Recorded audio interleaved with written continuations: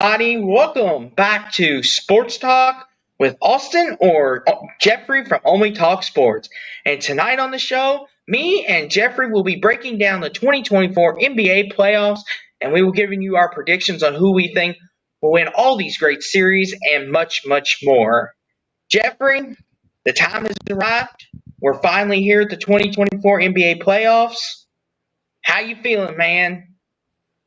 I'm looking forward to it. Nothing's like March Madness, though. I'm just disclaimer. Nothing is like March Madness. That's the ultimate tournament. But when you get to this time of year and all that you have on is Major League Baseball and you've got the Spring Football League, the UFL, nothing against those leagues. I mean, they're good at baseball. I mean, I'm watching it a little bit more lately, but still just not a connoisseur in that department. But the NBA playoffs, I enjoy it every year, and it has its own charm. The 7-game series kind of thing, I don't think that it's necessarily a bad thing. It's been going on since the NBA playoffs basically been started. They've always done it like this, but it doesn't have the feel of March Madness where it's one game, right, and you lose and you're out. Like, you have to give it everything you've got. Whereas here, if you lose a game, you can just make it right back up the next game. So that's kind of a little bit of a bummer, but it's still kind of fun because it does last a while into the early parts of the summer, like late spring. I guess it probably ends around when summer starts, but still, the NBA playoffs is still fun, but it just doesn't have that March Madness feel. But at least the play-in tournament,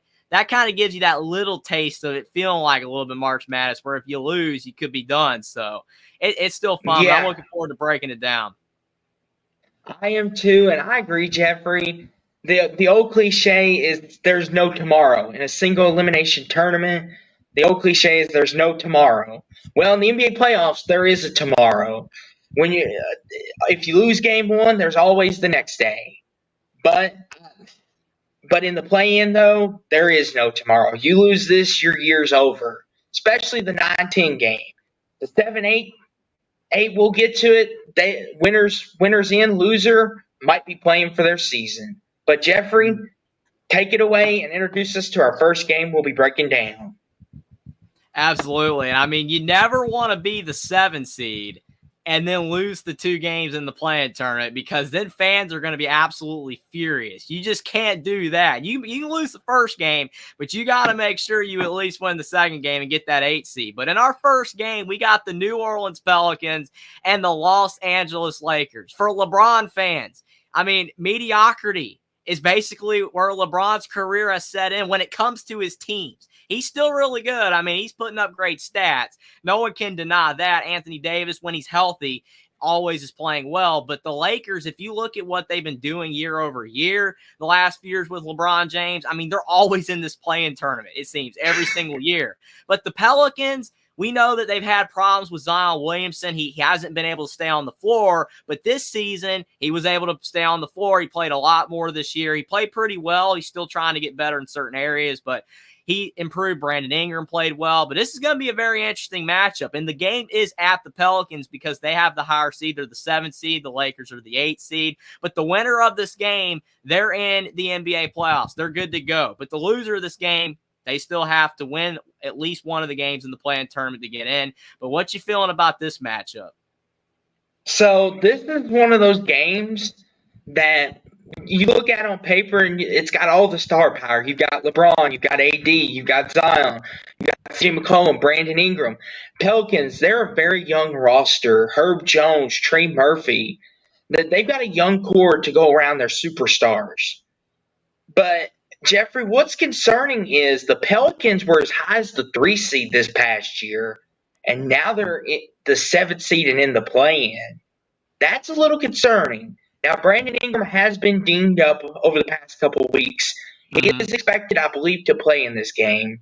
Zion, as you said, has stayed mostly healthy, and he's gotten a better routine. And Jeffrey, we watched him a lot at Duke. He was a monster. But his key was, could he stay healthy and stay in shape? Because, that was his biggest downfall. Mm-hmm. And I feel like if Zion could stay healthy, the sky's the limit for him. I feel like he could take the Pelicans as far as they want to go. They can even win the West this year if they could put it all together. But the thing that's interesting about this matchup, Jeffrey, is they met in the regular season finale on Sunday, and the Lakers won in New Orleans. And maybe the momentum is riding in LA, and LeBron is the most experienced player in this matchup. This is going to be a fun game. I can't wait for this game. But something tells me, Jeffrey, that you don't bet against LeBron in win or go home situations. You just don't do it. And for that, I'm going to take the Lakers to win 119, 110 over the Pelicans and advance to the playoffs.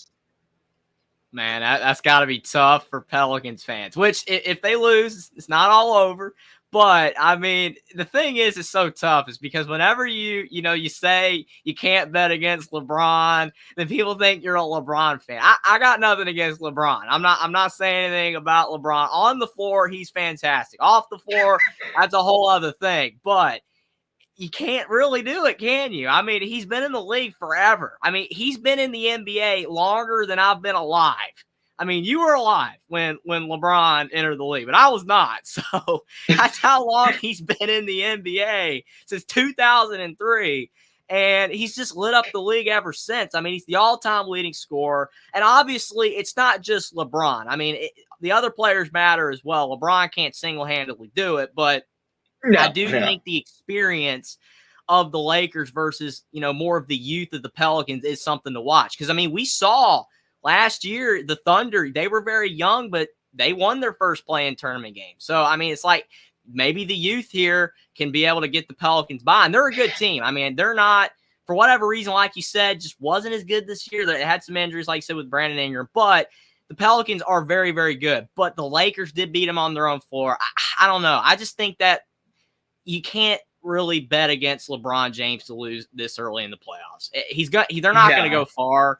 I don't think. I'm not saying any predictions or anything past this yet, but I don't think they're not going to make it all the way to the second to last round or the championship game. They're not going to get all the way that far, I don't think. But I am going to go with the Lakers to knock off the Pelicans. Probably somewhere in the neighborhood, like you said. I'll go 117 to 112. I think it's going to be close, but the Lakers are going to pull it out. Yeah. And another big key, Jeffrey, is Anthony Davis has got to pitch in as well. Because when AD pitches in, the Lakers are a dangerous team. But if he doesn't pitch in, this could be trouble brewing in LA. But we've seen LeBron do it before. But this next game is going to be really interesting. The 9-10 matchup out west. Golden State going to Sacramento, a rematch of the 2023 playoffs.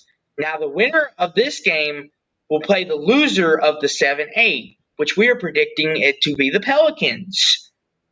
Jeffrey, are the Kings going to get the Warriors back after last year? Or is Golden State and Steph Curry, is the experience going to get them again? Yeah, it's going to be really interesting. And like Jackson said as well, it's funny that Anthony Davis is going to be going against his old team again. That's a really great point. And plus, like Jackson also said, on First Take, everybody was talking about the Lakers and the Warriors. That's not surprising, though. Of course they're going to be talking about the Lakers and the Warriors. That's what everybody cares about, right? Wrong. People do care about the Pelicans and the Kings. I absolutely agree with you, Jackson. But that's just what they're going to talk about. Obviously, they're going to talk about more of the Lakers and the Warriors. But the Kings, though, it's ironic to me that they're in this situation. Being in the 9-10 game, I would have thought they would have had a much higher seed this season, maybe a 5 or a 6 seed or maybe even a 4 seed. But they struggled this season overall, but they still have a lot of talent. De'Aaron Fox, I mean, he's clutch as they come. I mean, that guy at the end, of a game, it's unbelievable how he's able to score. Malik Monk as well. With the Warriors, though, even though they're aging and they're nowhere near what they used to be, Klay Thompson can still get hot from 3, and we know what Curry can do. Curry is unbelievable. It doesn't even look like, he's aged at all. He on the floor, he doesn't look like he's 35, whatever age he is. I mean, he's getting up there. He just doesn't look like it at all. He's still balling out. And then I know he's not the difference maker, but Trayce Jackson-Davis, ever since he's been inserted to the starting lineup, the Warriors are better.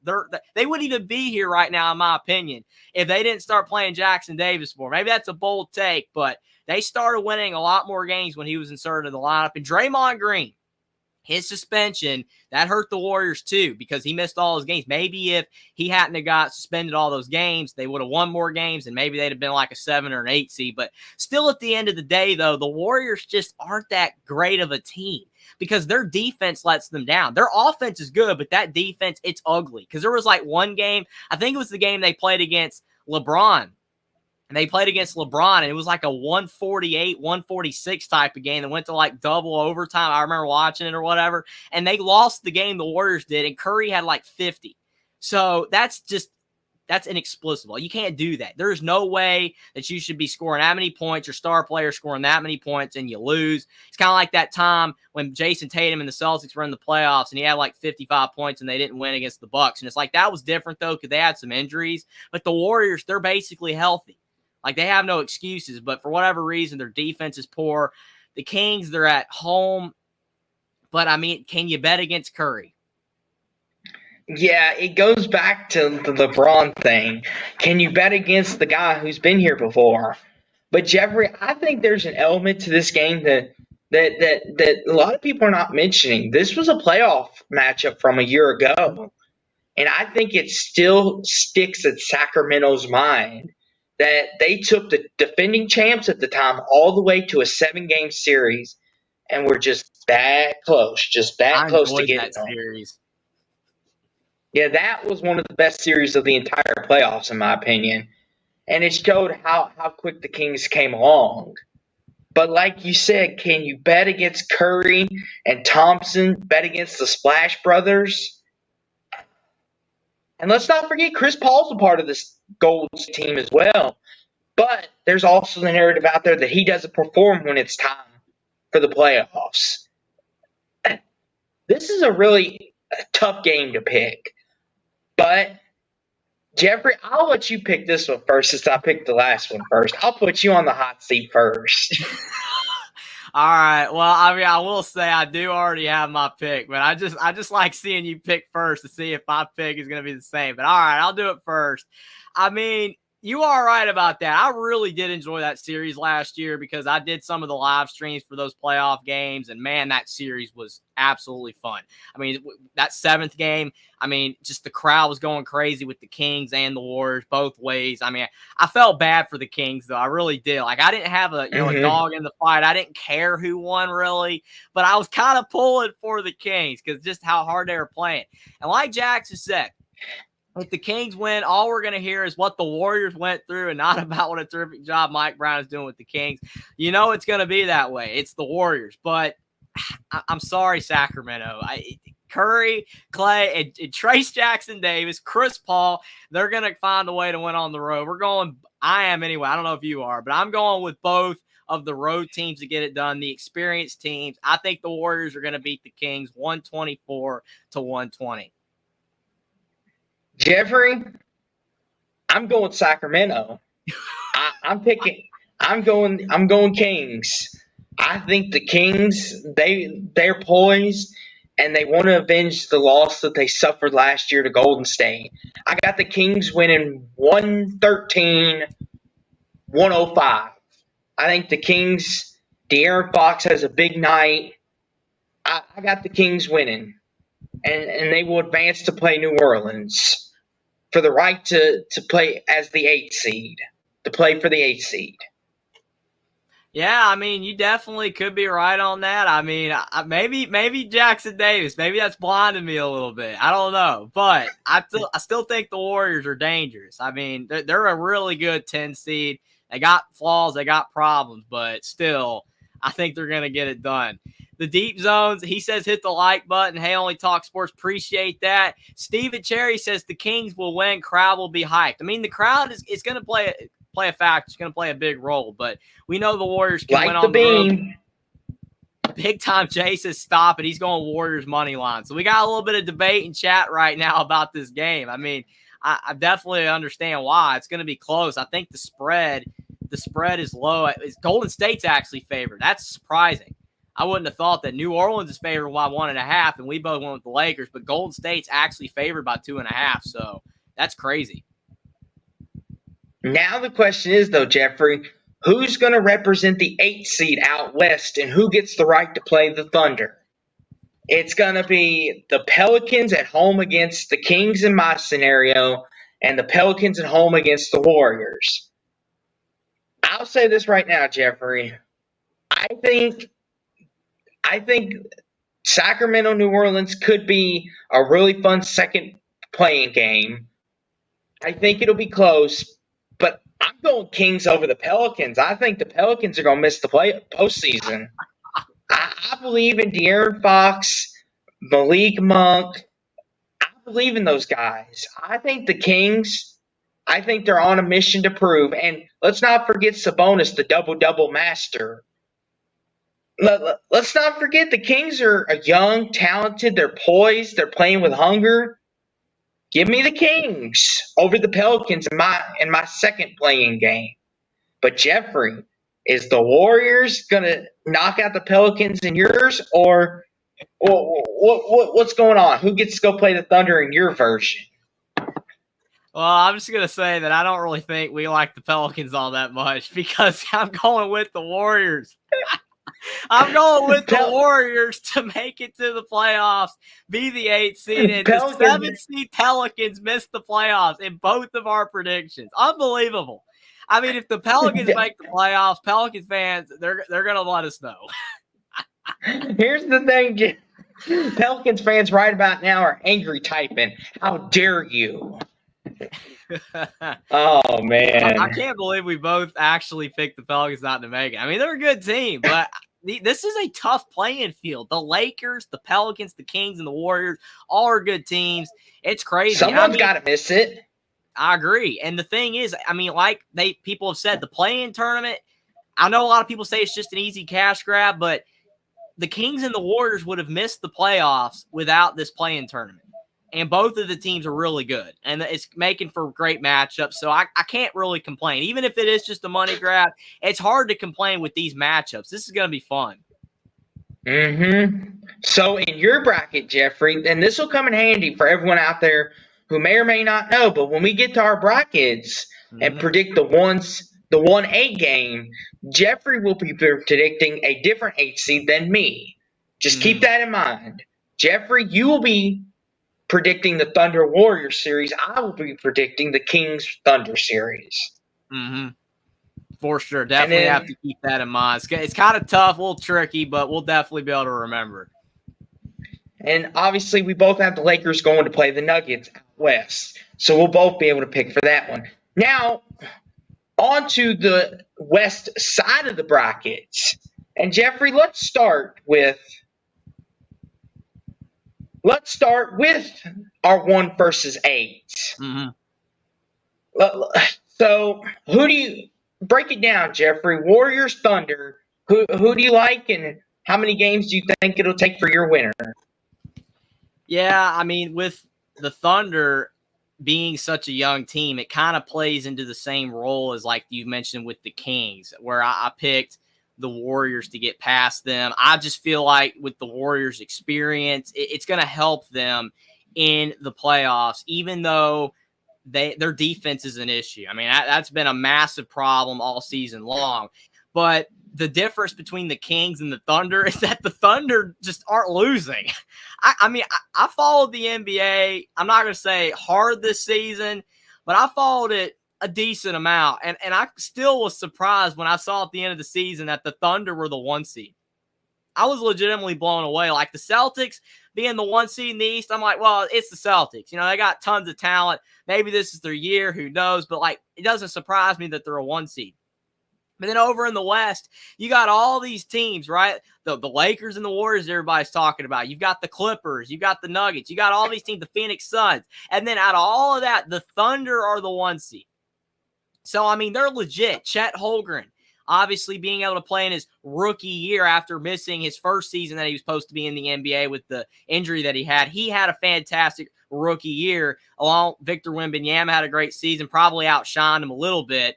But for like rookie of the year, I don't know if they already did the awards for that. But I know Chet Holmgren had a fantastic season. Shai Gilgeous-Alexander, SGA, people are finally giving him the recognition he's been deserving for years, because he always put up a lot of points with the Thunder, even though they always were losing. But now that they're winning and he's still putting up a lot of points, his stock has gone up tremendously. I mean, he's one of the best guards in the league. Mm-hmm. I mean, there's no debate. He's unbelievable. And then they got a plethora of other players. It's not just Holmgren and SGA. They got a lot of talent, young talent.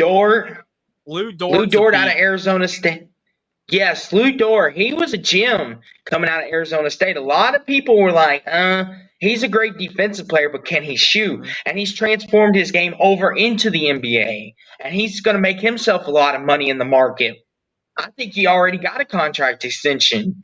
I mean, and Josh Giddey. I mean, the Thunder are a really young and talented team. Yeah, and to think that basically all it took was like Chet Holmgren coming back to put it all together, because people were saying last year, like, well, the Thunder, they have all this young talent, but like they were in the play-in game and they didn't really do anything after that. But like they get Chet Holmgren back and then the other guys get better, and then now they're suddenly the 1 seed. So, I mean, it's insane the improvement that they made. And it just goes to show you that drafting is so important. If you draft the right players, then you can build that way. You can build your team through the draft. It doesn't always have to be trades. Yes, Jeffrey, preach it. Preach it. Let them know that the draft is not forgotten.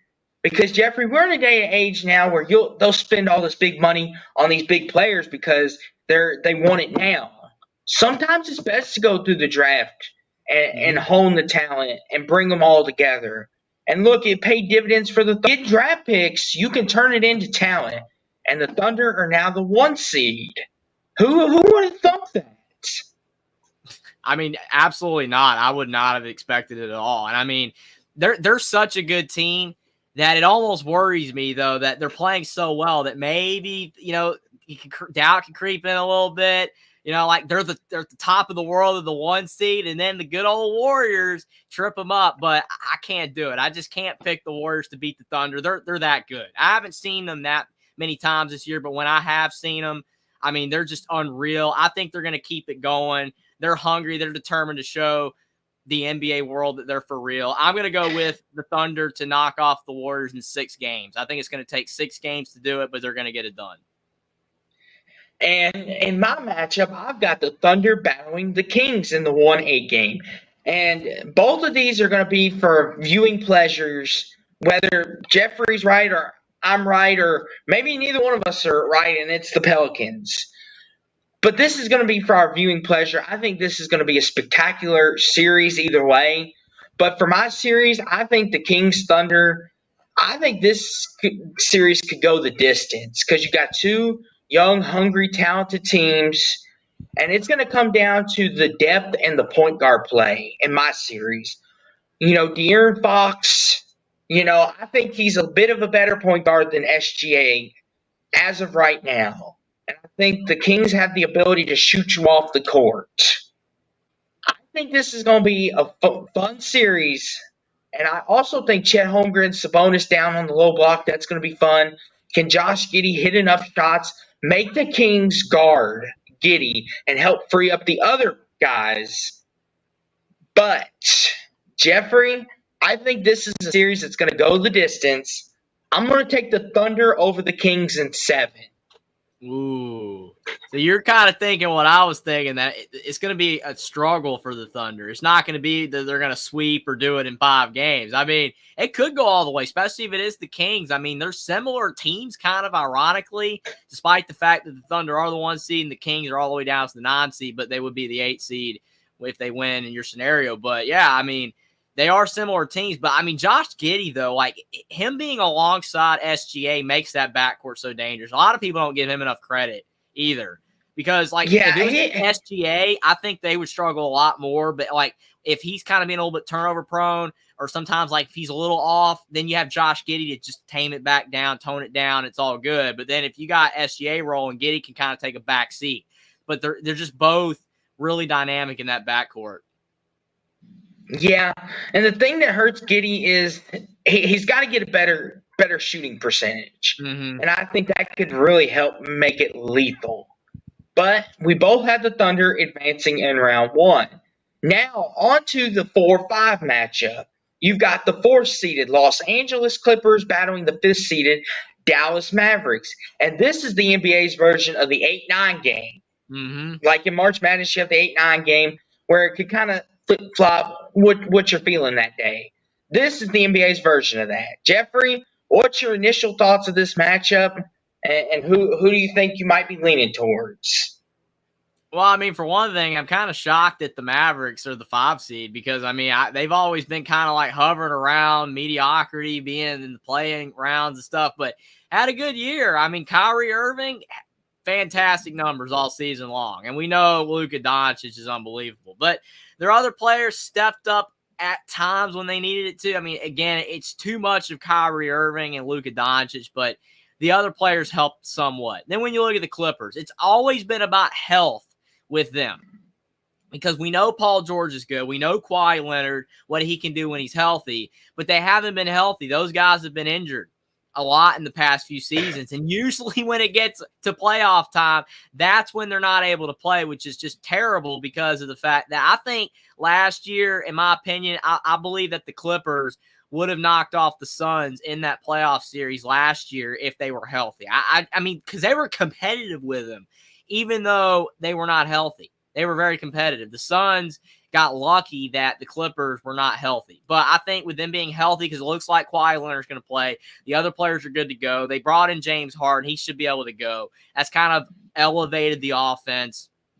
I don't know. I think that the Mavericks are good, but I feel like the Clippers have more talent. They've got more good players, and that's going to help them get by the Mavericks in 7 games. I'm going to have it going to the distance. I think it's going to go all the way to 7 games because I feel like Irving and Doncic are going to have a couple games where they just ball out, which is going to automatically give them 2 wins. Maybe they'll find a way to win a third one, but the Clippers, they're going to win 4 of those games, get all the way to game 7, and knock off the Mavericks. I think the Clippers will move on. Yeah, that's an excellent pick, Jeffrey. And, the Clippers, with all their talent, they really should not be a 4 seed. They should be borderline 2 in the 2-1 range. But like you said, the injuries have been it's ridded them, so to speak, if I can say that word. It's been a problem for the Clippers. But, Jeffrey, we all know when Kawhi Leonard's healthy, he's arguably one of the best players in the world today. Paul George, they brought him in to be his running mate. You remember Indiana Pacer Paul George taking LeBron to 7 games. LeBron, D-Wade, and Bosh taking that team to 7. And then with the Thunder, Paul George is a spectacular player as well. My question is, Jeffrey, how much is James Harden going to affect this series? Is James Harden going to prove that he's not a liability and that he is as good as can he be like MVP James Harden? Can he be enough of a factor where it doesn't cost him the series? But like you said, though, Jeffrey, Luka and Kyrie have been balling, and Kyrie has seemed to finally found a groove and a home in Dallas. After a lot of critics criticized him, saying that he's not the right fit in Dallas, he's ruining the team, and that Luka's never going to win a title there. And here they are with a golden chance. And Jeffrey, this has kind of been a budding rivalry. They played in the bubble. The Clippers won in 7. They played in 2021, I believe. And I think it went the distance as well. But the key thing for the Mavericks that I want to see for them is can their bench, can they help out just enough to get a couple more W's? That's the biggest thing I worry with. Jeffrey, you picked the Clippers in 7. I'm going to pick the Clippers as well, but I'm going to say Clippers in 6. Mm-hmm. I think the Mavericks bench is going to let them down when it matters the most. I'm going Clippers in 6. I agree. I mean, if the Mavericks had more depth, then with those top 2 guys being so good in Irving and Doncic, I believe that they could get it done. And I just feel like the Clippers, they've got better players all across the roster. They got more good players than the Mavericks do. And even though Steven Cherry, appreciate you for being here, Steven, he says Mavs will beat the Clippers. They are mentally weak. And he also says Kawhi hasn't been healthy in 20 years. What makes y'all think this year's any different? Well, I mean, that's a funny joke. To be fair, though, he did with the Raptors. They won a title. I mean, to be fair. So, I mean, you got to give him credit in that regard. But he should be able to play. He should be able to play. The most games he played this year out of like the last, I think, 5 or 6 years, he played in 68 games this year. So when you look at some of the other biggest stars in the league, some of them played even fewer games than that. So he played in 68 games out of the 82 games this season. That's not too bad. And even though he did suffer a little minor injury at the end, he should be able to play in this series. And I believe that if he's healthy, that's a great point, Austin, that you made, and I should have said that. But James Harden, people talk about playoff Harden. It's not all that good. I mean, we saw with the 76ers and even the Rockets at times where he just would disappear in certain games. Because I think in one of those years with the 76ers, there was one series where he didn't even score like 15 points in like 2 games or 3 games straight. And then he finally had like a 25 or 30-point game. But, I mean, he's just been very inconsistent in the playoffs. But it's not all going to be on Leonard. It's not all going to be on Harden. They've got enough talent. I just think they get it done. And people forget. We haven't even mentioned Russell Westbrook. Russell Westbrook's actually been playing pretty good too. So he's the energy off the bench. Mm-hmm. Yeah, Russell Westbrook, he's like big energy off the bench. And you got Bones Highland, that they traded from Denver. He's a really good player as well. The Clippers, even if Kawhi's not healthy, I still think they should win this series. Paul George and James Harden should be enough to win this series. Now, going forward, we're not going to predict that far ahead, but then they might be in trouble if Kawhi's not healthy. Absolutely. This right here, Jeffrey, I'm so glad that this is the matchup. You've got the 3rd-seeded Minnesota Timberwolves battling the 6th-seeded Phoenix Suns. This right here is probably my favorite series out of the West bracket because you could not have 2 different teams. You've got this super team in Phoenix with Kevin Durant, Devin Booker, Bradley Beal, 3 Hall of Fame guys in their own right. And then you've got the Timberwolves who are surging and on the rise. Anthony Edwards, Karl-Anthony Towns, Rudy Gobert. You add Naz Reid and Mike Conley in the mix. This is a series made in heaven right here. Jeffrey, what are your thoughts this series? I know you know my thoughts. I'm over here gushing over it. Yeah, I know. It's like you just keep going, man. I mean, you got it all there. But the Phoenix Suns, I mean, they're the 6th seed, right? I mean, like they should have been a little higher. But Bradley Beal, he missed a lot of games. Even Booker missed a little bit of time. So that was kind of part of the issue. But really, they should have been higher than a 6th seed with the amount of talent they have. But, I mean, for me, though, I just feel like the Suns, they just kind of reminded me like the Clippers or some of these other teams. Even the Celtics the last few years. Maybe not this year. We don't know if this is the year for the Celtics. Like, nope, DePope, appreciate you being here, but he says the Celtics will get it done this year. But a lot of teams that when they get to the playoffs, they just don't advance. And I know the Suns made the champion. They made the title series one time, and they couldn't get it done. They lost. But other than that, though, they've lost earlier than they should have in a lot of years.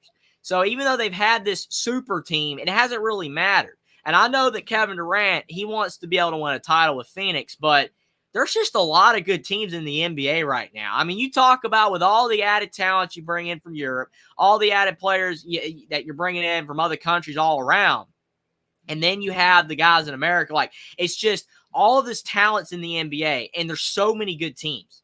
It's unbelievable. So even though you've got this super team with the Suns, you could argue you got a super team with the Clippers. They're nowhere near the favorites to win the whole thing. And that's just what's unbelievable about it.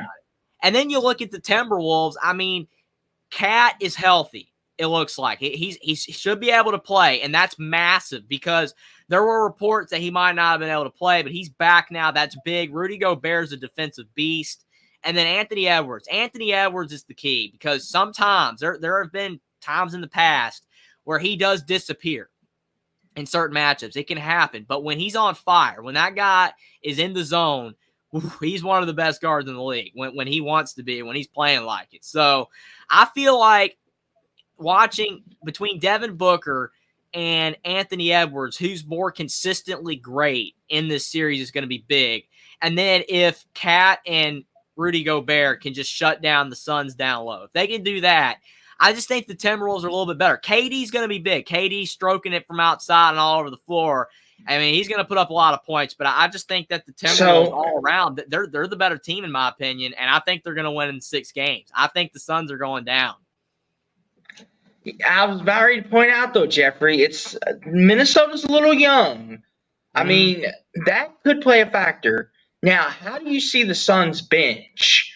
Do you think they could be the deciding factor, especially if the superstars and starters are playing well? Because, Jeffrey, that's what cost them last year. They didn't really have a deep bench. This year they upgraded with Eric Gordon, not Aaron Gordon. Aaron Gordon's with us. You can't have him, Phoenix.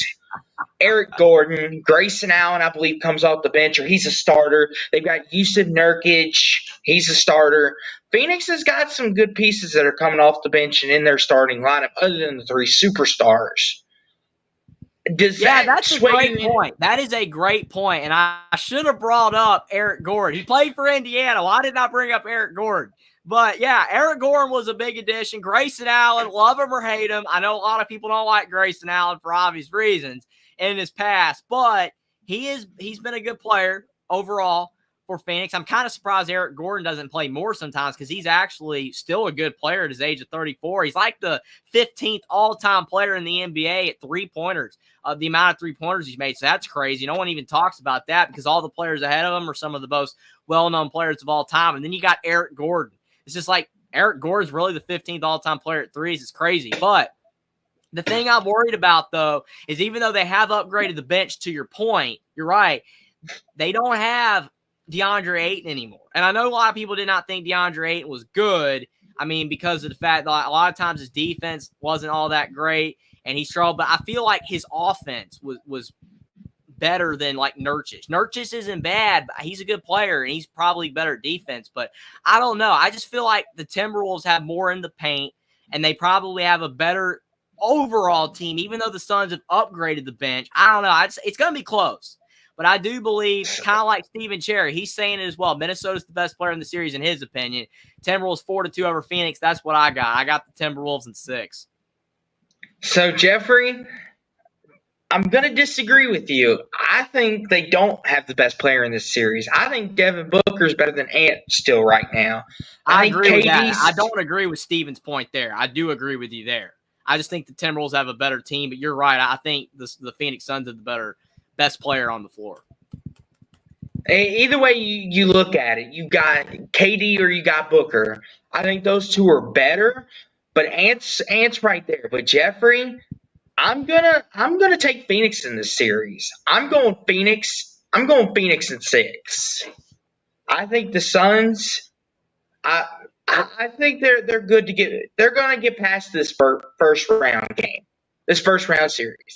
I think KD, Booker, and Beal, they're just going to be a little too much scoring, and I think Minnesota is going to have some cold spells. I'm going Phoenix in 6. It's going to be interesting. I thought you were going to go with the T-Wolves, but I mean, hey, you could be right. I mean, I could be underestimating Phoenix's upgrades because they have made upgrades. I mean, I'm just kind of looking at it that Phoenix has always been kind of like Dallas where they haven't had the bench recently these past few years, but they are a better team. It's going to be a great series. I'm really looking forward to it. Steven, he's not high on Phoenix, so he's like, KD's yet to win anything meaningful leading his own team.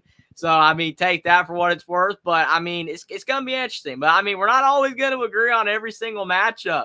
But, I mean, it's always tough, though, because of the fact when you make the other pick, I'm like, well, could it be Phoenix? But I'm going to stick with the T-Wolves. I'm going with the Timberwolves. You got Phoenix, but I can't wait for that series. It's going to be a lot of fun. Now, Jeffrey, it's time for the winners to play now. We got the defending NBA champions of the world. No. Let me give them a proper introduction. You've got the reigning, defending, undisputed heavyweight NBA champions of the world. Yours and my Denver Nuggets. And they are the 2 seed, and they will be taking on the 7th seeded LA Lakers in both of our predictions. Jeffrey, take it away. Can the Lakers avoid getting a WWE introduction, man? That was great.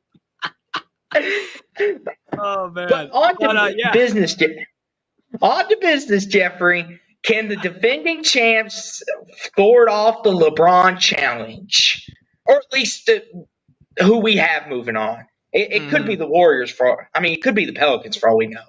But Yeah, we and both have trust the me, Pelicans Lakers. fans are gonna let us know if it is them. They're definitely gonna let us know. But I will say, man, I'm surprised the Nuggets allowed the Thunder to be the 1 seed. It's crazy that occurred because the Nuggets are so good. I know they lost a couple of the rotational players from last year. They couldn't keep them all. They just couldn't pay all of them, right? I mean, literally, if they had to pay everybody that they had on last year's team, right? Because what happened was a lot of those rotational players looked better because of Jokic's passing and even Jamal Murray as well. And then those guys end up wanting more money, which, I mean, that's fair. I mean, they just deserve to want more money because of the success that they had. But since they wanted more money, there was just no way that the Nuggets could end up paying all those guys. So they had to let a couple of them go. It is what it is. Just very tough, but that's just the way it goes in the NBA. Because one of the players that they lost was Bruce Brown. He was really good. I like Bruce Brown a lot for the Nuggets. I thought he was great off the bench, but they just couldn't keep him. But they still got a lot of great players. Christian Brown, he kind of fills that bench role for sure. KCP, not to cut you off, Jeffrey, KCP ended up taking a pay cut and staying. That was a big player that came back. We lost Jeff Green to the Rockets. That was another key piece to the title run. So there definitely was some key pieces, like you said, missing. But go ahead. Didn't mean to cut you off there. On that. Jeff Green, I mean, I think the reason they let him go is because of his age. I mean, it's nothing against him because he was a good player, but he's just on like the very, very tail end of his career. He got the title. It just kind of wouldn't have been beneficial, I guess, for them to keep him. And then KCP, he's 31, so him taking a little bit of that pay cut, like you said, and him staying, it shows that he's committed to the team and he wants to be able to win it again. And he knows that wherever he would have ended up probably would have been a worse situation. Whereas a guy like Bruce Brown, he's younger, so that's why he wanted to get paid more. It makes sense. So I think they made the right moves. I think the Nuggets did the best with what they had. And they still got a lot of great players because if you look all over the roster, you talk about depth.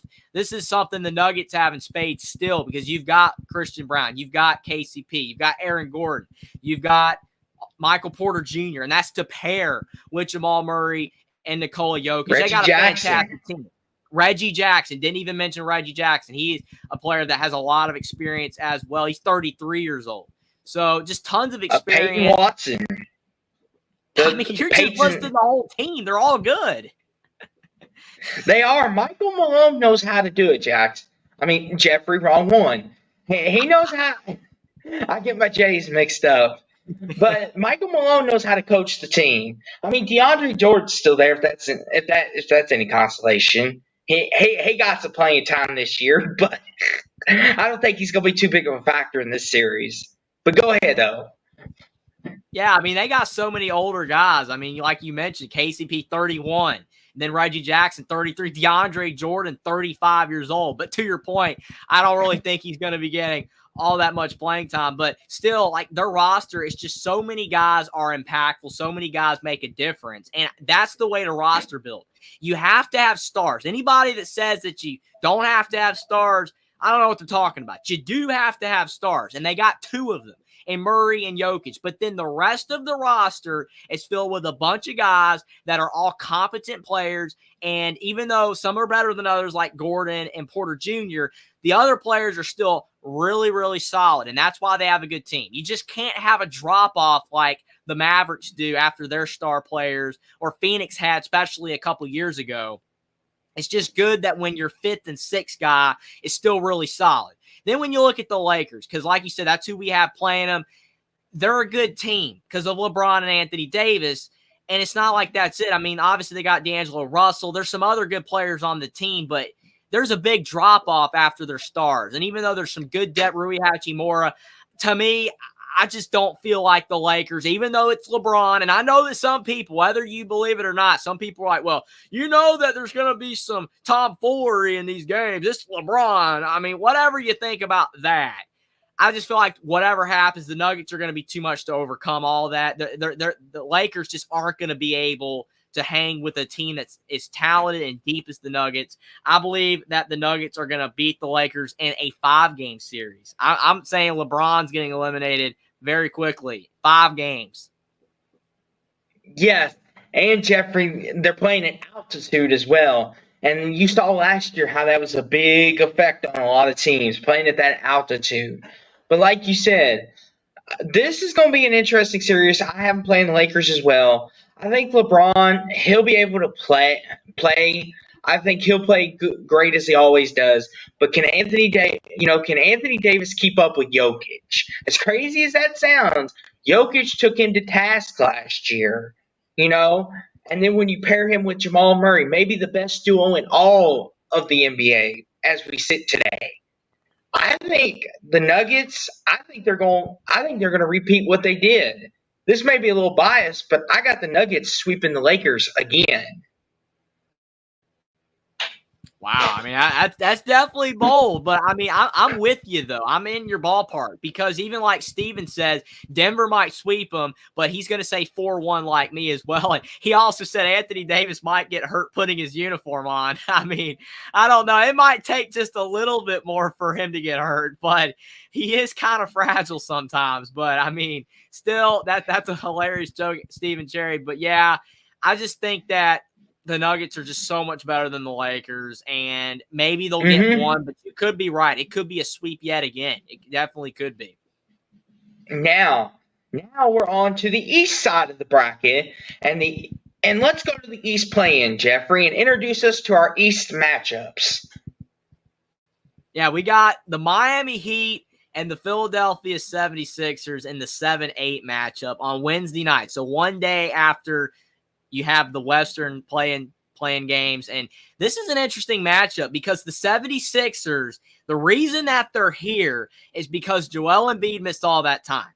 If he had not have gotten hurt, there is no way, no how that the 76ers would be in this playing game. They're a much better team than where they're at in the bracket. It's just unbelievable.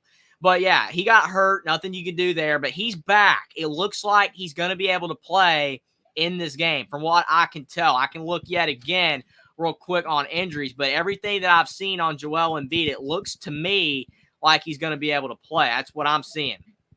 So, it says expectations are that he will be able to play for Sixers and playing games. So that's huge for Philadelphia. And then when you look at Miami, I mean, they've had some injuries as well. Butler's he hasn't been able to play all the time recently because he's been getting older.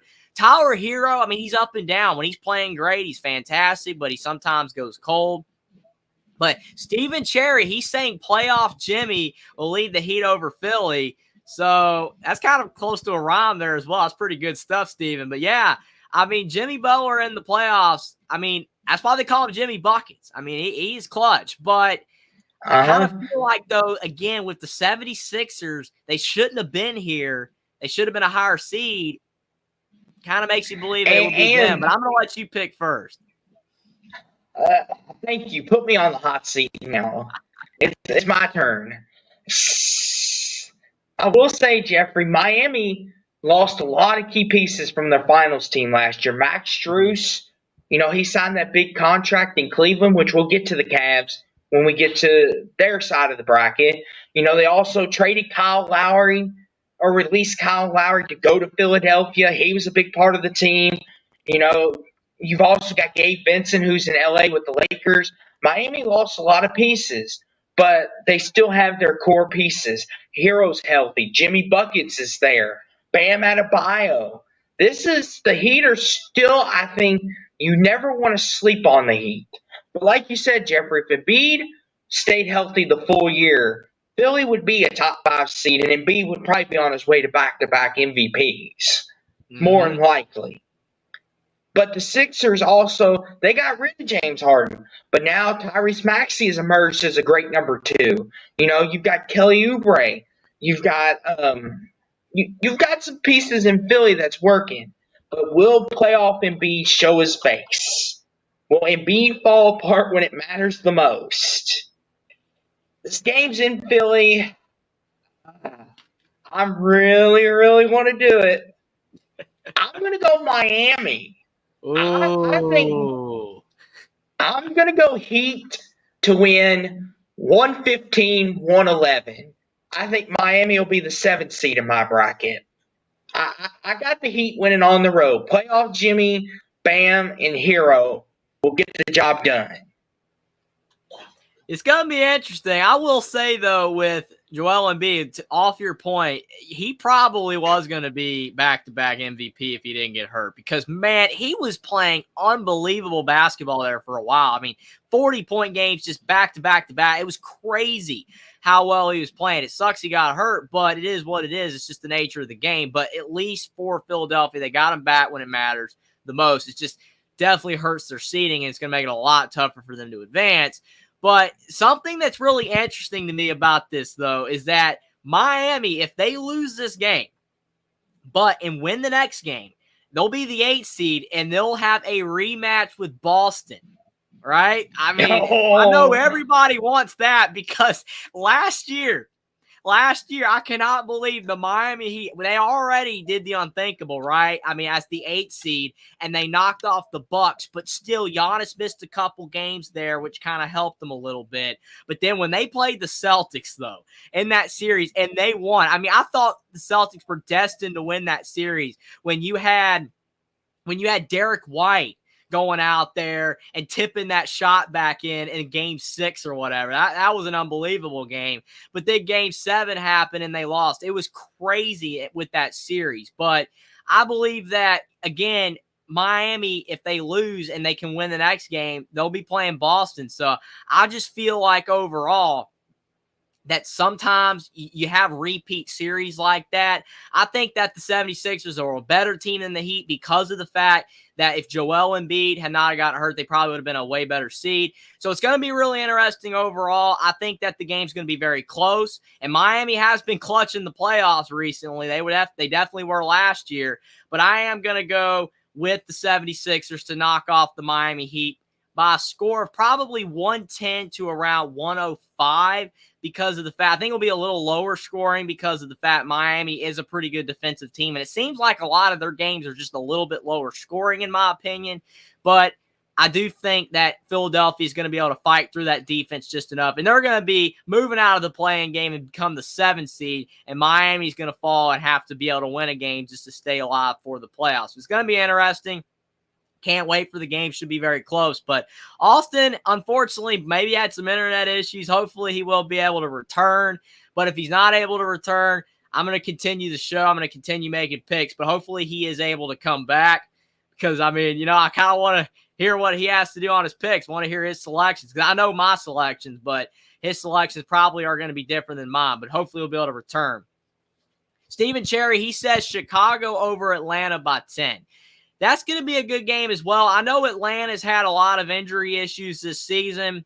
I mean, tons of injury issues, but I think that still there might be enough there where they'll have a shot to win. But that's going to be a good game because Chicago, even though Billy Donovan was rumored for the Kentucky job, he's staying, but I know that a lot of people are still disappointed with the Bulls. But we're bringing Austin back. He's back. Maybe had a little bit of internet issues, but thankfully Austin's back. I haven't really gotten too far. I just said that I'm going with the 76ers to knock off the Heat 110 to 105. I think Philly's moving on.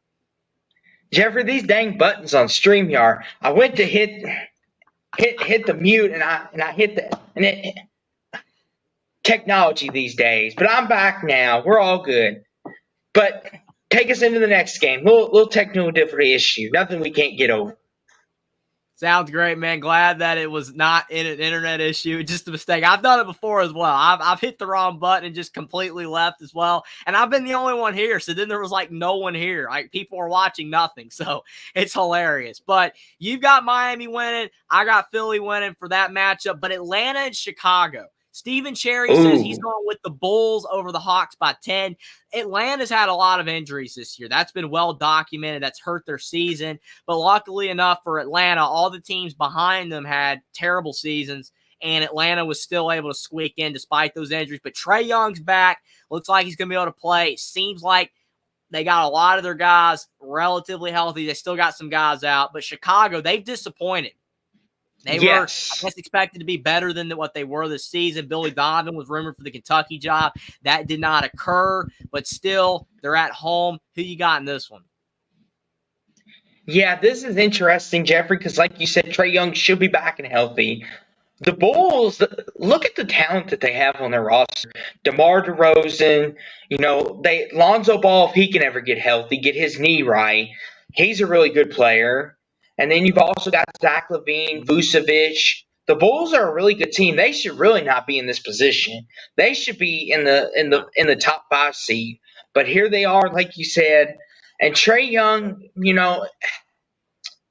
his status is, as we speak right now, is he's going to play. But how healthy is he truly? We'll have to see as soon as he starts playing if it's going to bother him or not. But DeJounte Murray has been holding it down. Bogdanovich has been a big one, bogey, for the Hawks. Quint Capella, I believe his status as of today, I believe he is expected to play. Is that right, Jeffrey? As of now, I think even with all that, I think Trae Young and the Hawks, I think Trae Young's going to be limping into this game. I'm going to take Chicago.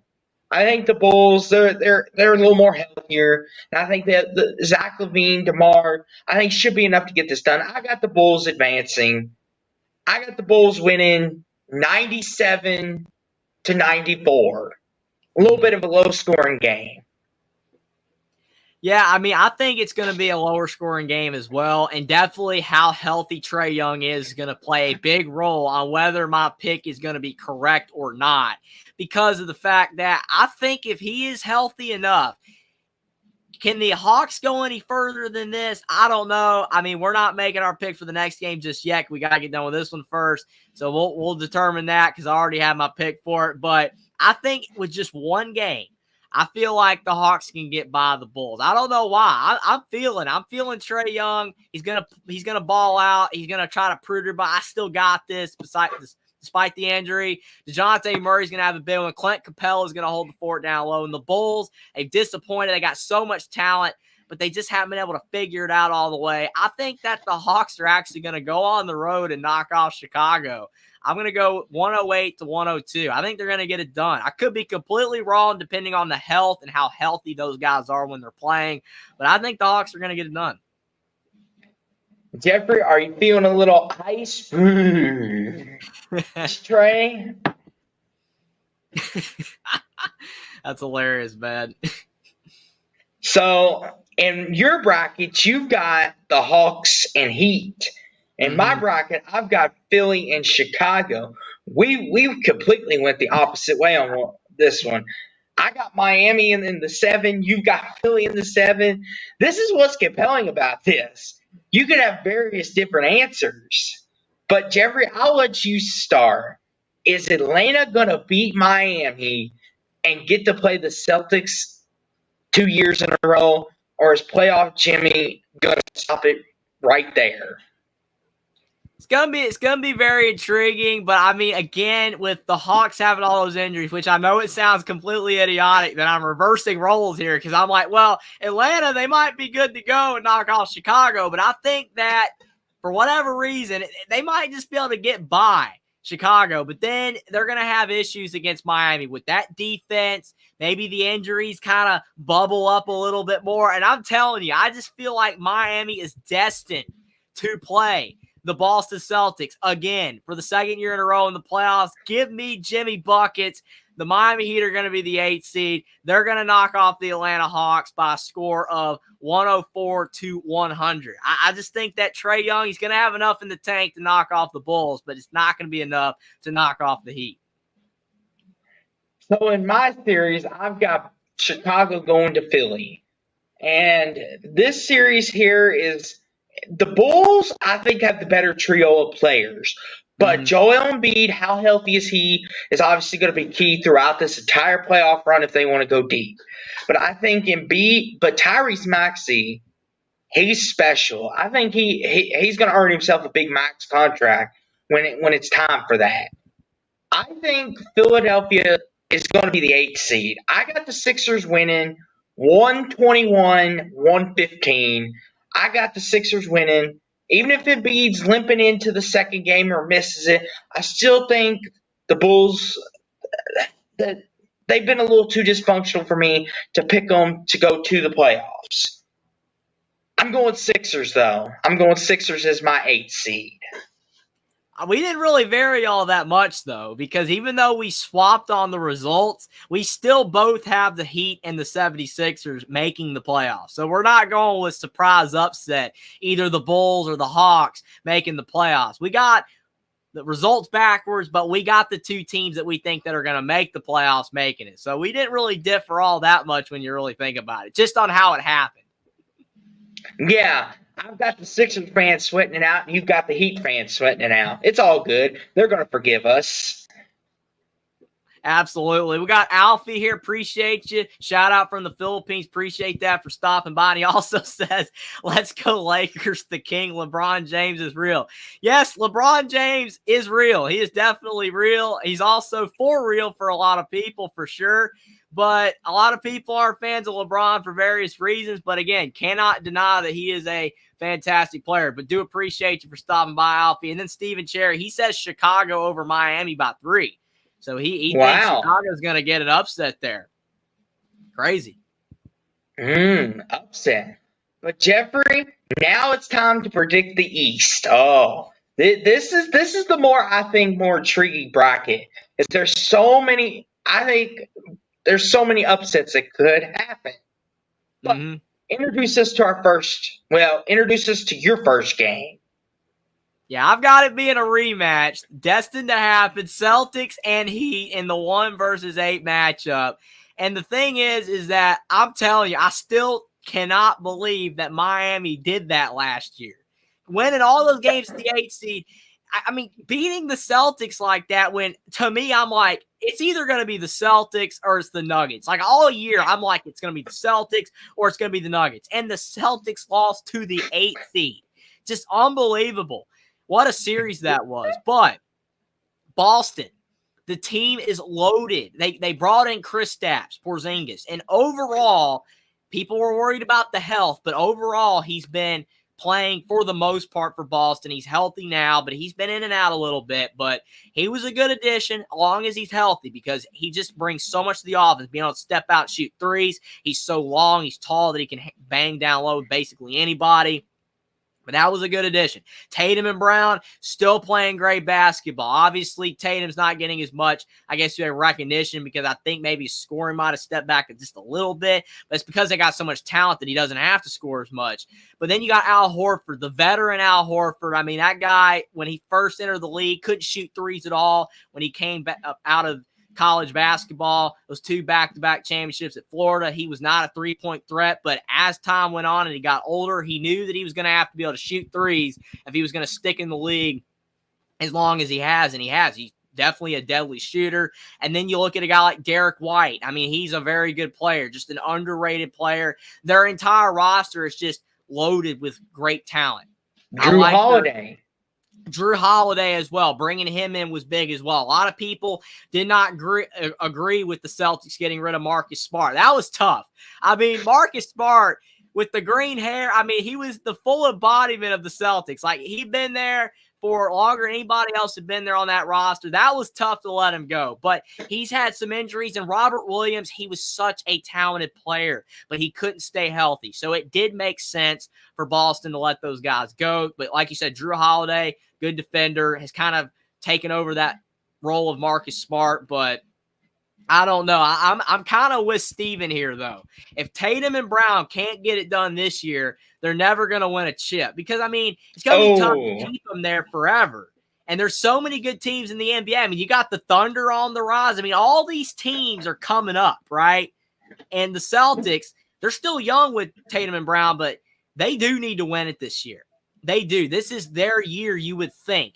And I think it's going to be tough. If Miami could do it 2 years in a row, if they could do it 2 years in a row, it's unthinkable. My brain would just explode. I'm like, really? The Celtics Jeffrey did it again?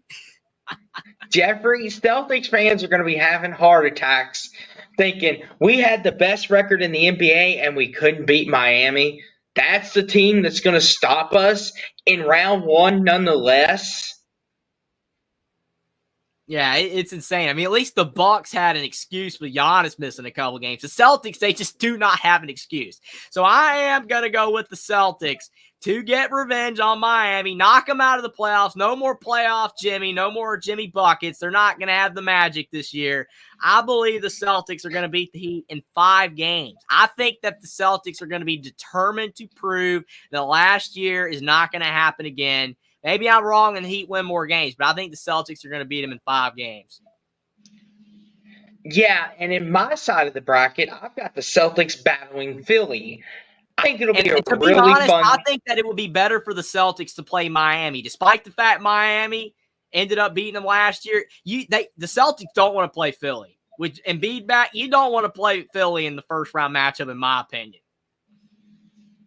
I agree. I think Jeffrey, that's why I think the Sixers Embiid is going to give them some trouble. Because in my bracket, I have the 76ers going to play the Celtics in round 1. I think it'll be a really fun series. I think Maxey can definitely, he's going to be a handful. They're going to be putting Holiday and White on him.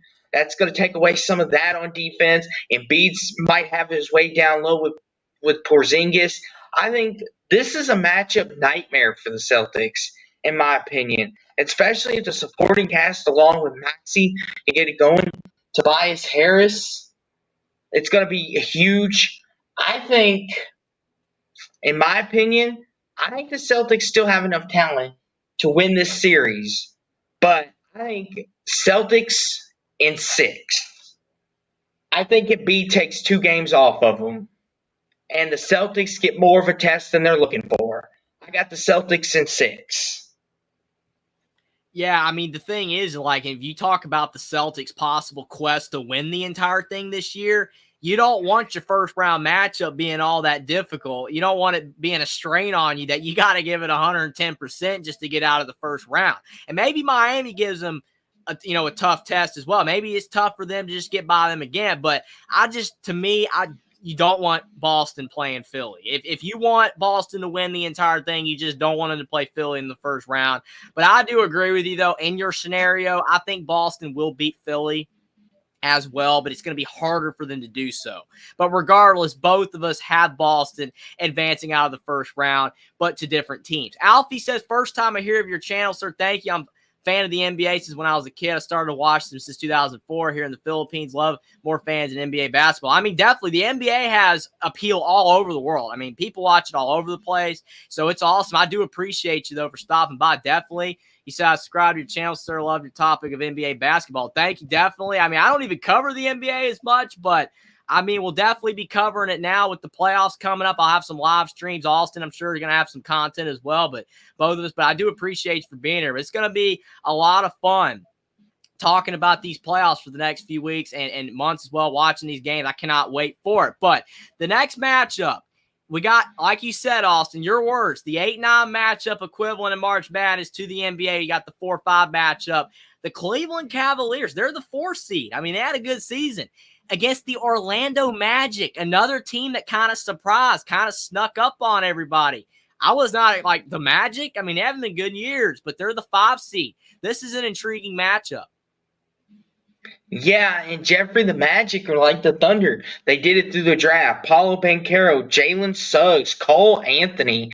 I mean, they built their roster up. Jonathan Isaac. The Magic are like the Thunder in a lot of ways. They built up their draft stock, drafted well. They're young. They're hungry. They're playing with poise. They're playing with confidence.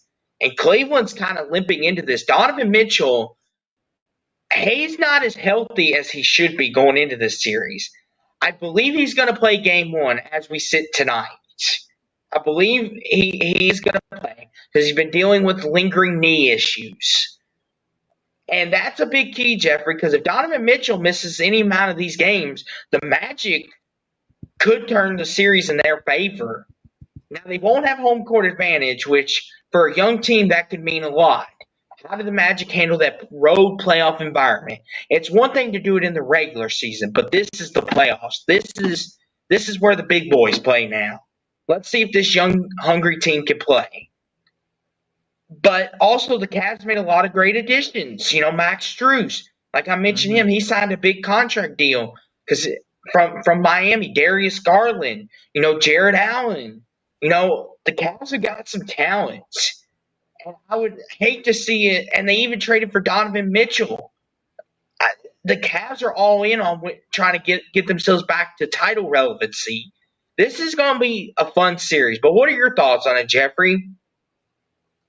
Yeah, I mean, I'm looking at, like you're talking about with the Magic, having that youth, versus kind of more the experienced team with the Cavaliers. Now, Cavaliers have some young talent as well, like Darius Garland, now bringing in Max Strus. Max Strus was a good addition. I like that addition for them.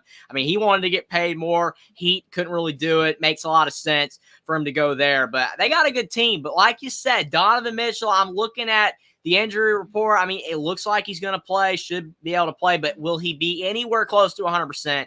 Probably not. And like the Magic, all those young players. I mean, Cole Anthony, I didn't know he was going to really be all that good of a player in the NBA. I thought he was going to have some success, but like when he was at Carolina, I mean, the team was bad. They were really bad that season, but he's done really well at the Orlando Magic. And Paolo Banchero, I mean, he was great at Duke, doing a great job in the pros. Mm-hmm. I mean, they just got a good team. Jalen Suggs, I mean, that shot he did at Gonzaga, man, in the NCAA tournament, that was unbelievable. And the Final Four against UCLA, but they couldn't get it done in the championship game, though. But still, Gonzaga was a great team. But I don't know. I don't know. I'm going to go with the youth, man. I'm going to go with the Magic to beat the Cavaliers in 7 games. I think it's going to go all the way to the end, to Game 7, but I'm going with the Magic. I believe in their magic. That's a bold pick, Jeffrey, but you know what? Save me a spot. I'm on the Magic train with you. I'm going Magic in 7 as well. I think this goes the distance, but I think the Magic, I think their youth wins at the end, and I think the Cavs are limping their way in, and I got Magic at 7. I think the Cavs, Donovan Mitchell not being as healthy as he should be, Garland's going to have to pick up the slack, and I just don't think it's going to be enough. I got the Magic winning this in 7. Yeah, I'm riding that Magic school bus, man. I mean, I don't know. If Donovan Mitchell was 100%, I would probably go with them, but I mean, that's why I got to go into 7 games. I think it's going to be wire to wire, but sometimes you just got to pick, the underdog a little bit here. And I believe the Magic, they're riding high, playing great basketball, best team they've had in so long. And Stephen Cherry's not a fan of Bickerstaff. He says he's going to fail the Cavs again. He thinks the Magic's going to win in 6. So he's high on them. Yeah. Stephen Cherry has them one less game than we do. I mean, that could be it, but it's just hard. I think they're a young team. I think their experience will show in 1 or 2 of these games, and they'll make some mental mistakes. That's why I'm thinking 7. Absolutely. Me too as well. Alfie says English is not good. Sorry, but I subscribe to your channel right now. I appreciate that, Alfie. Really, really do. Glad that you're here, and definitely no problem on that at all. Definitely, though. He says you are amazing. I mean, me and Austin, I mean, we love talking, about basketball. I mean, March Madness and even the NBA playoffs. I mean, it's just like kid on Christmas. We love this stuff. It's always so much fun to talk about. I love football as well, but a lot of people that love football don't like basketball, but I like both. Austin does as well, and I'm just glad that you're definitely here, but we just have a lot of fun talking about it. It's always a blast. And then Jackson, he's saying, now the Magic School Bus theme song is stuck in my head. It's in my head too, man, Jackson. It's one of those theme songs that's in your head rent-free. I mean, come on. It's one of the greatest cartoon theme songs ever. Ride on the Magic School Bus. Man, I watched that show so much when I was a kid. My goodness. But off to the next matchup in the NBA playoffs. We got the Milwaukee Bucks and the Indiana Pacers, another team that is rising up. The Pacers, they've been mediocre for so long. They got a new coach. Was the coach there in the past, Rick Carlisle, and look what they're building. All these players, they got some really talented players. Benedict Mathurin, he's out. Benedict Mathurin is out for the season. That's the only guy that they don't have. But other than him, the rest of the players, I mean, just they have done such a good job building the roster. They brought in Bruce Brown from the Nuggets. I like this team a lot. But the Bucks, Giannis might not be able to play in the first game, like you said, doubtful for game 1, but should be back after that. You've got Chris Middleton. You've got some other talented players. Damian Lillard, obviously. Dame Lillard. That's huge. But this is going to be an interesting matchup for sure. I don't think it's a shoe-in for the Bucks. The Pacers are tough. They're a really good team. Let me ask you this, Jeffrey. Who's got more pressure on them right now, the Bucks or the Celtics? Because they both brought in key acquisitions, and if they fall short this year, who do you think is going to get the brunt of the pressure put on them? Who's in the pressure cooker right now? Well, I mean, I know this sounds kind of crazy, but I would say as a team, the Celtics have more pressure because of the fact they need to win it right now. With all these teams like the Pacers and the Magic and the Thunder that are rising up, you gotta win it right now while you probably have the best team in the league. I mean, Al Horford's not going to be there a lot longer. I mean, it's just the way this team is built right now, they got to get it done. But I would argue with the Bucks, it's more pressure on Doc Rivers because even though, yes, the Bucks have a lot of pressure to win, a title again. They won a title more recently than the Celtics have by far. Plus, Damian Lillard, I know he wants to win a title, but I mean, I just don't really think anybody, no one's saying the Bucks are the favorite to win it all. Whereas most people are going to say it's probably the Celtics, maybe it's the Nuggets again, a couple other teams. Bucks are a little bit lower on that list, but they still have a really good chance to. But I would say that the Celtics have more pressure to win the entire thing. But Doc Rivers just has more pressure as a coach because of the fact it's been well documented that his teams that he's coached have always fallen short in the playoffs outside of the 08 Celtics.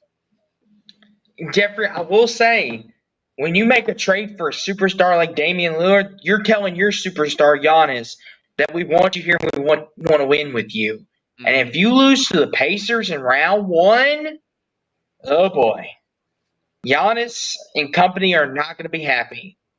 But since you've been going first most of the time, I'll make my pick first on this one after I get done with this explanation. I'll take the pressure off you for this one because this may shock you.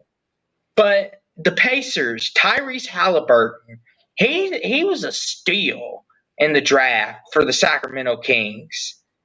I mean, how did he get passed up? I mean, he's a really good player. How did no one not see this coming? I forget what college he played at now. Dadgummit. Iowa State? Yeah, Iowa State, yeah. So, I have a lot of things in this cluttered brain. Iowa State. I don't know why. Don't blame you. I had to think about it for a second as well.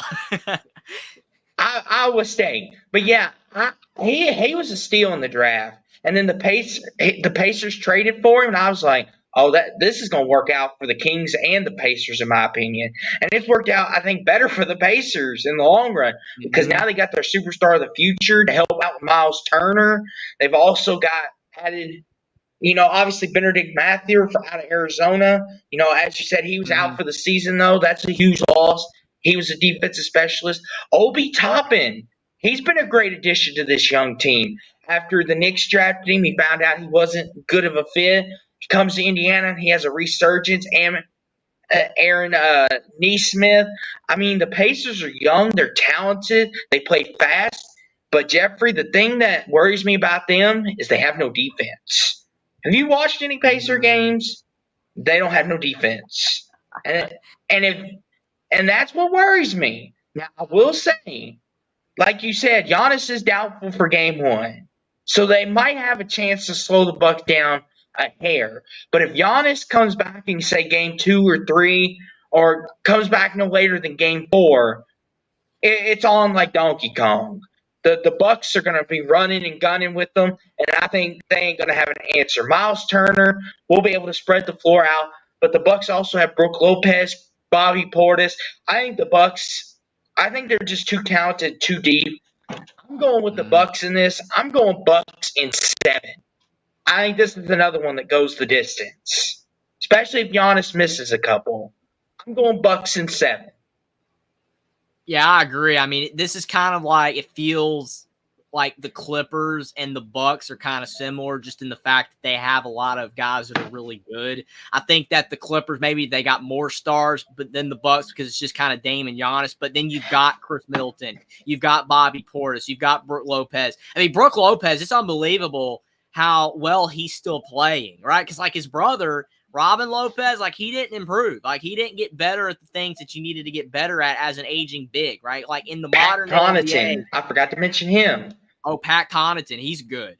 But like Robin Lopez, he didn't improve at the things you needed to get better at as a modern day big, and especially when you're getting older and you're not as like athletic. That's why you got a guy like Blake Griffin as well that's not really impactful anymore because he just can't really do the things that you need to do as an older big like Al Horford does. And Brook Lopez adjusted, being able to shoot the long ball, and he's a good rebounder, just a solid player for his age. But that's going to be the key, though.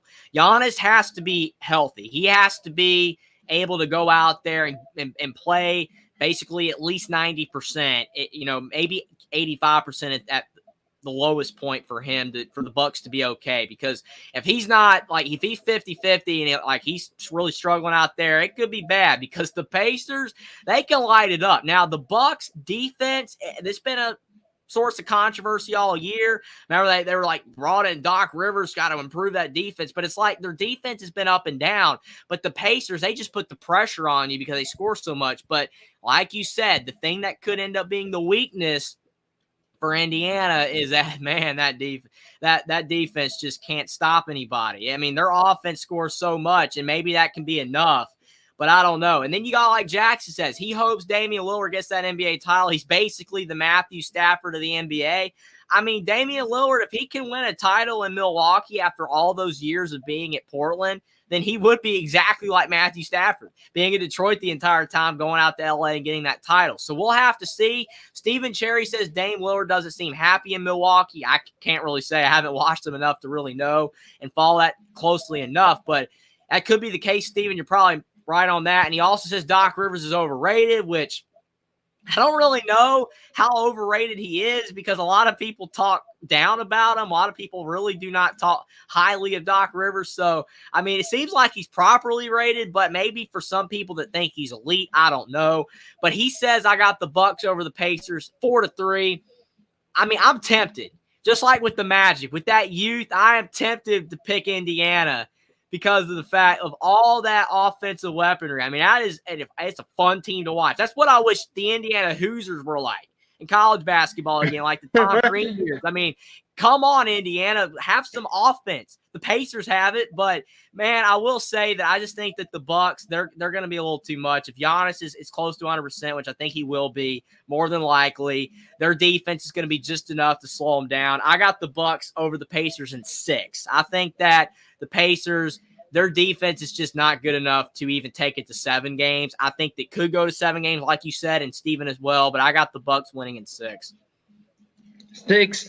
Yeah, that's interesting. And now on to our final matchup in the East bracket. We've made it. The second-seeded New York Knicks team. Who could have ever seen this coming? The Knicks are second, Jeffrey. Did we go back in a time portal? Is Carmelo Anthony playing for the Knicks again? And someone forgot to mention that. I mean, but the breaking news that's coming out of this, though, Julius Randle is out for the season. That's a major loss in New York. But Jalen Brunson, David Chenzo, and not R.J. Barrett. I'm trying to think of the other Villanova guy. Who's the other one? I know they brought in OG Anunoby. That was a big addition over from the Raptors. Yes. Gotta mention the Indiana guys, man. Yes, OG Anunoby. He's another great addition to the team. I think he's really upped their defense, and he adds another 15, 20 points to this team. But in my bracket, I have it being the Heat and the Knicks. Jeffrey has it being the 76ers and the Knicks. And I'll start off by saying this. I think the Heat Knicks, who met in the semifinals last year, it was a really good series, and the Heat ended up winning that series in 6. I think this is going to be another series where the Knicks have got all this confidence, all this momentum. They've won 50 games, but something tells me, Jeffrey, this could be another one of those Miami Heat vengeance specials. I smell Miami dark horse again.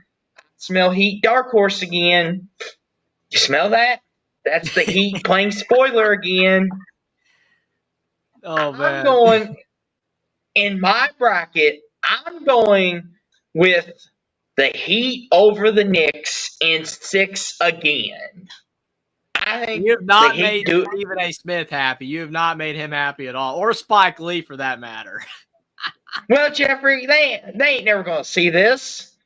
And this is my Oh, I pick know. anyway. I know, But but you know, I'm I'm just, going. they don't like when the Knicks lose. That's all I know. But I've got a Heat special over the Knicks. Heat in 6. The Knicks have had a great year, but this is where it comes to an end in my book. But Jeffrey, is Philly going to play spoiler in your bracket? Or do you have the Knicks advancing? I mean, I feel really bad for the Knicks, man, that they got the 76ers as the 7th seed. I mean, that is just so bad. I mean, they're such a good team. It's like, oh my goodness, they should be like a 4 seed. But I mean, if the Knicks, if they didn't have the 76ers, then if they were ahead of the Pacers, they'd have to play the Pacers. So that wouldn't be easy either. But I'm seeing a lot of controversy in New York, though. A lot of articles being written about, are the Knicks better without Julius Randle? Because, I mean, look at them. Oh, I'm not saying that's the case, but that's what I'm seeing a lot around a lot of NBA circles right now, is that they might be a better team without him, which is unbelievable. Never would have thought that.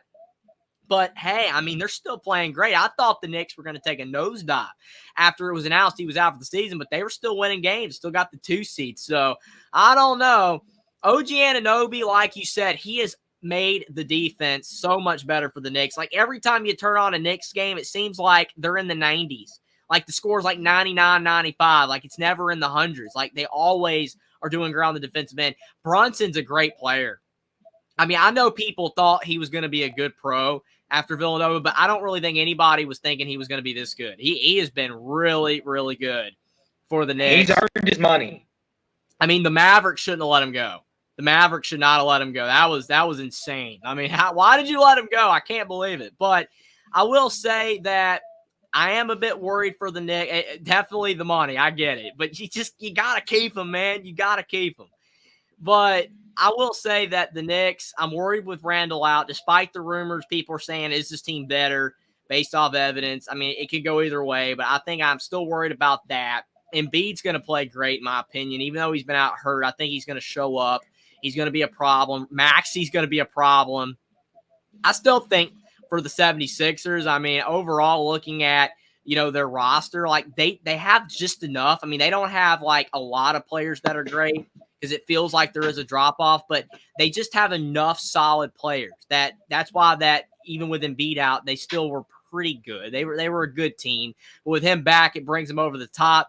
I think this series is going to go to the end. I think because you have Randall out for the Knicks, that makes their team possibly just a little bit compromised. And with Embiid coming back off the injury, we don't know how well he's going to play, but I think it's going to go to 7 games.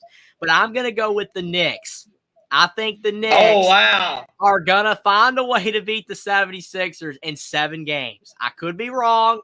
I'm shocked I'm making this pick because I think the 76ers are going to make it tough, but those Knicks are playing well. I like the way they're playing. I think New York's moving on. I think they're going to do it in 7 games. You know what, Jeffrey? You know what? You know, now that I've thought about it, you know what, Jeffrey? I'm going to switch my pick. I'm going to go Knicks at 6 over the Heat. Oh, my goodness. I thought we were smelling the Miami Heat. Dark horse. What happened? You know, you talked me into it, Jeffrey. You talked me back into the room. Maybe I was a little hasty. Maybe I got a little hasty. Maybe I need to give Jalen Brunson and company their respect. Sorry, Miami Heat, but I'm going Knicks in 6. Jeffrey, you talked me back into it. You almost got me to switch my pick in the Timberwolves Sun. We almost made each other flip. I was close. I almost did, but then I ended up making you flip. Now, before we head on out of here, a couple questions, Jeffrey. What's your favorite series and what's your least favorite series for going into this year, and then we can let people know where they can find us? That's a great question. I mean, it's probably a dumb answer, but I can't wait for Celtics Heat. I want to see Celtics Heat. I don't know why, but I just want to see if Boston's going to blow it again against Miami. I want to see that so bad, man. Like, if Miami, can they do it? Do they have that magic in them? But, I mean, there's probably better series like the Clippers. Mavericks could be really good. The Bucks, Pacers, Timberwolves, Suns. But the one I'm looking forward to is to see if just Boston can get it done, get by Miami, who's been a thorn in their side recently. Least favorite one, that's tough because all these are possibly going to be really good. I mean, it could be the Nuggets and the Lakers. That could be the worst one. If the Nuggets just run them out of town, that could be the case. I mean, it could be that one.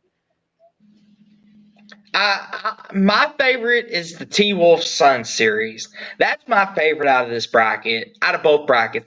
I'm really looking forward to that. My least favorite, probably the Thunder against the Kings in my bracket.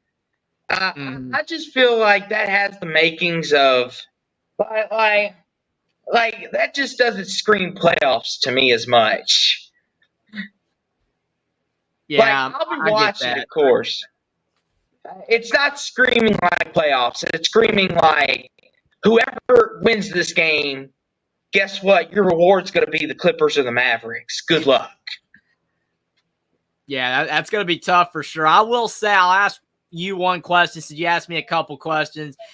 I know we're not picking who we think's going to win it all, but out of all these teams, who do you think, in your opinion, are the three likeliest teams to possibly be able to win it all? My three favorites, as we sit tonight, I've got the Celtics, of course, my Nuggets, and you know what? I'm gonna say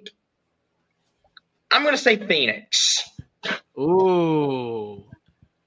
Oh, that is a spicy one for sure. But man, I could maybe see it. I'll go with Boston as well, and I will go with Denver. And for my third one, I mean, the Thunder, I mean, they're so young. I just, to me, I don't know if they're going to get all the way. That's going to be tough. And then the Bucks, the Bucks are probably top 4 for me. I don't know if they're the third. I'm trying to look. T-Wolves, I got some problems. Suns, I don't see it either. Boston and Denver, obvious. I would probably say as of now, my mind could change. I guess the Bucks. I think the Bucks could maybe do it. Maybe, but they're not my favorite at all. I would say Boston or Denver are my two favorites, but some of the other teams have a chance. It's going to be interesting. I like this playoff field. I think it's a good playoff. I think there's a lot of good teams.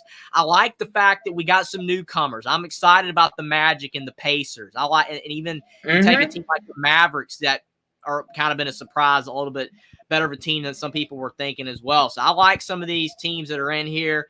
And the Thunder, can't forget about them being the 1 seed. That's awesome. I can't wait for the playoffs. I'm not as excited about as March Madness.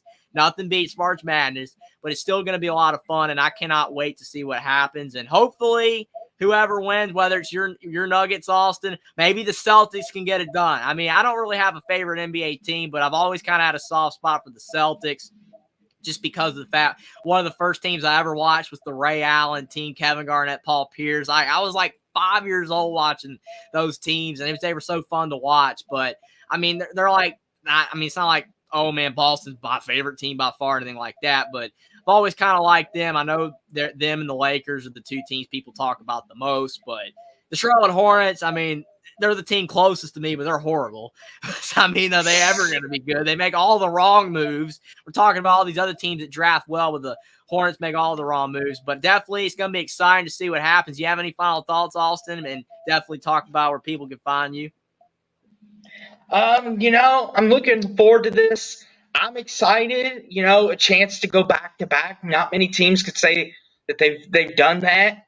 And, I really hope in my heart of hearts, whoever we draw, whether it's the Pelicans or Lakers, I just hope that we can make it a good series and show people, that we're still a threat to be reckoned with. You don't, as Jackson says, you don't throw the cart in before the horse. Or as our parents used to say, never throw the cart in before the horse, or or the old saying that my grandma always used to tell me: "Be careful, don't hatch your eggs for the chickens hatch." Or no, don't. It's something like that. Yeah, don't count your chickens before they hatch. I think my favorite one that Jackson does is don't throw the baby out with the bathwater. That's my favorite one. I mean, nothing beats that one. Yeah, So yeah, good. but this is gonna be a fun. I think this is the most parity we've had in the NBA playoffs in a really long time. I'm looking forward to it. Obviously, go Nuggets. Hopefully, we can win it again. And if we do, well, me and Jeffrey, you never know. We might throw a party on stream next time to celebrate the Nuggets. No, but in all seriousness, it would be crazy if they won it again. I mean, we just had back-to-back champions in college basketball with UConn. Maybe Denver can do it as well. But this was fun, Jeffrey. Thank you for having me on. I'm looking forward to these upcoming series in the playoffs. Oh, absolutely. I'm glad that you suggested doing it. I mean, like I said, don't do a ton of NBA streams or content, but I will do some live streams for the playoffs games. It's going to be fun, but definitely was a great idea. It was a blast. Traveling Fools made it at the end. He said, yo, appreciate you for being here. Steven said, great show, fellas. Had to go to bed. He says Boston over Denver in the finals is what he has. The Leprechaun will be dancing again in Boston, so that's going to be interesting. That's his pick. I do appreciate him for being here tonight. Alfie's last comment, he said Lillard's not a good passer, but a good shooter. Absolutely, but appreciate him for being here tonight.